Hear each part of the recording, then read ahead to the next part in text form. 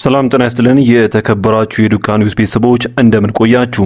ዱካ ኒውስ አስቸኳይና ወቅታዊ መረጃዎችን እንደሚከተለው ማቅረብ ይጀምራል። እናንተም ለቻናሉ አዲስ ከሆናችሁ ቻናሉን ሰብስክራይብ እንዲሁም ቪዲዮ ላይክ እና ሼር እንድታደርጉ በትህትና እየጠየቅን ወደ ዝርዝር መረጃዎች አለፈን። አብራችሁን ቆዩም። ትናንት ሰኞ መጋቢት 1 ቀን 2017 ዓ.ም በሰሜን ጎንደር ዞን አዲ አረቃይ ወረዳ ዛሪማ ቀበሌ በአማራ ፋኖ አንድነት በጎንደር በደቡብ ጠለም ተከዜ ክፍለ ጦር በተጣለ ደፈጣ የወረዳው ሚሊሻ ጽሕፈት ኃላፊና የብልጽግና ጽሕፈት አድርጅት ምክትል ኃላፊን ጨምሮ 3 አመራሮችና በርካታ ያገዙ ሰራዊት አባላት መደምሰሳቸው ተሰምቷል። የአማራ ፋኖ አንድነት በጎንደር ጎንደር የበጋሻው ክፍለ ጦር በምዕራብ በለሳ ወራላ ከተማ ዙሪያ ልዩ ቦታው ፈንጣ ሐዋርያት ከሚባል ስፍራ ትናንት መጋቢት 1 ቀን 2017 ዓ.ም ከጠዋቱ 4 ሰዓት ጀምሮ የብልጽግናን ጥምር ኃይል ማለትም መከላከያም አድማ ብተናም እንዲሁም ሚኒሻ ጋር ከባድ ውጊያ በማድረግ ድል ማስመዝገቡን ይፋ አድርጓል። ጎንደር የበጋሻው ክፍለ ጦር በለሳ ሙሉ ለሙሉ ካገዛዙ ለማጽዳት ዘመቻ ከጀመረበት የካቲት 20 ቀን ጀምሮ ገጠሮችን ሙሉ ለሙሉ አስለቅቀን አርባያ ከተማ ብቻና በመኪና መንገድ ብቻ ተወስኖ እንዲቀመጥ አድርገናል ሲል የክፍለ ጦሩ ህዝብ ግንኙነት መምሪያ ኃላፊ ፋኖ ታደለው ደሴ ተናግሯል። ያገዛዙ ኃይል በማንኛውም ሰዓትና ሁኔታም ቀንም ሆነ ሌሊት ከጎንደር የበጋሻው ክፍለ ጦር የሚገጥመንን እርምጃ እናውቅም በማለት እንቅስቃሴያቸውን ሁሉ በዙ 23 ሲታጀበ ቢያደርጉም ከጀግኖቹ ምትና ሞት መዳን አልቻሉም። ማንም እንደማያድናቸው ያሳየናቸው እንገኛለን ሲል የገለጸው የፋኖ አዛዡም በዛሬው ውጊያም ጠላት ዳግመኛ ከፍተኛም ሰብአዊና ቁሳዊ ኪሳራ ደርሶበት በሽንፈትና በውርደት ተመልሷል ብሏል።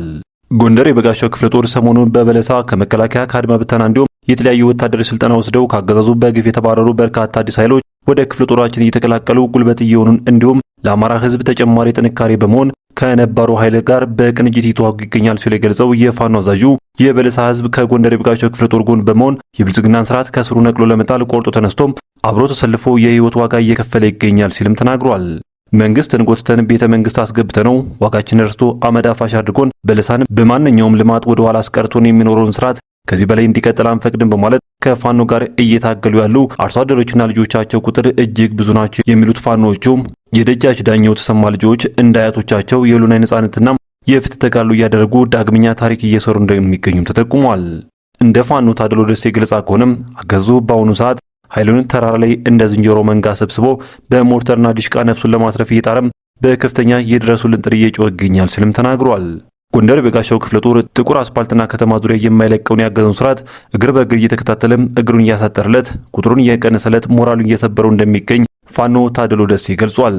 አርበኛው አክሎም በጎንደር ሰማይ ስር ውጊያና ግዳጅ ላይ የሚገኘው ክፍለ ጦራችን በቅርቡ የጥይት ድምጻችን አባይ ማዶ 4 ኪሎ ጥግ ለማድረግ ድርሻችንና ግዴታችንን እየተወጣን እንገኛለን ሲልም ተናግሯል። የአብነት መምህሩና ተማሪዎቻቸው ጭፍጨፋም የስርዓቱን ሃይማኖት ጠልነት ማሳያ ነው ሲል እናት ፓርቲ በወቅታዊ ጉዳዮች ላይ በሰጠው መግለጫ አስታውቋል። በራያ አላማጣ ወረዳ ጥሙጋ ቀበሌ ጥሙጋ ኪዳነ ምሕረት ቤተክርስቲያን ስር የሚገኝ አረጋዊ የአብነት መምህርና ተማሪዎቻቸው በጭካኔ ተረሽነዋል። የ73 ዓመቱ የኔታ ገብረ መድን በአካባቢው የታወቁና የተከበሩ የድጓ ሊቅ በአገር ደረጃ በርካታ ደቀ መዛሙርትን ያፈሩ ነበሩ። የካቲት 27 ቀን ሐሙስ ለአርብ አጥቢያ ወንበር ዘርግተው ማስተማር እንደጀመሩ ወደ 10 ሰዓት ከ40 ደቂቃ ላይ ያልታሰበ ሩምታ ተኩስ ተጀመረም ይላሉ። ሁኔታውን በቅርበት እየተከታተሉ አይንማኝ ሩምታው እንደቆመ ፈራ ተባ እያለ ለማረጋገጥ ወደ አብነት ትምህርት ቤቱ ስንደርስ 9ኙ መሬት ላይ ወድቀዋል። በዚህም መምህሩና 3 ተማሪዎቻቸው ወዲያው ሲሞቱ 5ቱ ደግሞ ክፉኛ ቆስለዋል ብለዋል። ከቆሰሉት ተማሪዎች መካከል አንዱ ከጊዜ በኋላም ሕይወቱ አልፏል። የመንግስት የጸጥታ ኃይል የደንብ ልብስ የለበሱ ያሏቸው ሰዎች መጥተው ስንት ሰው እንደሞቱ አረጋግጣችሁ ነገሩን፣ መረጃው ግን ለማንም ብትናገሩ እንገላችኋለን እያሉ እንደዛቱ ለመገንዘብ ችለናል የሚለው መግለጫው በዚህም ግድያው ሆን ተብሎ ታቅዶ ለመደረጉ ፍንጭ ይሰጣል በማለት በደረሰ መረጃም መምሩ ማየት የተሳናቸው ናቸው። በዛሬው ዕለትም በአጥቢያው ስር የሚገኘው ሁለተኛው የአብነት ትምህርት ቤት 4 ቤቶች ቃጠሎ ተከስቷል ሲል መግለጫው አክሏል። ፓርቲያችን እንዲህ ያለውን የጭካኔ ተግባር በጽኑ የሚያወግዘው ሲሆን የብልጽግና መንግስት በቀጥታም ይሁን በተዘዋዋሪ ማንነትና ሃይማኖት ተኮር የዘር ጭፍጨፋዎች እንዲፈጸሙ ያደርጋል ወይም እንዳለየ ያልፋል በሚል በተደጋጋሚ ስንገልጽ ኖረናል። ድርጊቱ መፈጸሙ ተገልጾ በይፋ ለመወገዙና የድርጊቱ ፈጻሚዎች ላይ እርምጃ ለመውሰድ እንቅስቃሴ ለመደረጉ ምንም ፈጭ አለመኖሩ ድርጊቶቹ በዓለም የሚፈጸሙ መሆናቸውን ማሳያ እንደሆነም ፓርቲያችን ያምናል። ታሪክ እንደሚነግረን በዓለም ላይ የሚፈጸሙ የዘር ጭፍጨፋዎች መንግስታዊ መዋቅርን የተከተሉና በማስተባበያ ወይም ድንያል የታጀቡ ናቸው።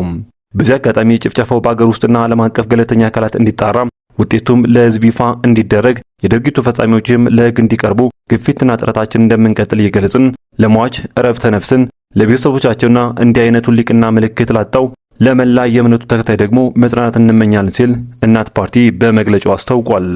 በሌላ መረጃችን ከኢሳያስ ጋር ወግነው አብይን ማስወገድ የሚፈልጉ አሉ ሲሉ ጀነራል ጻድቃን ተናግረዋል።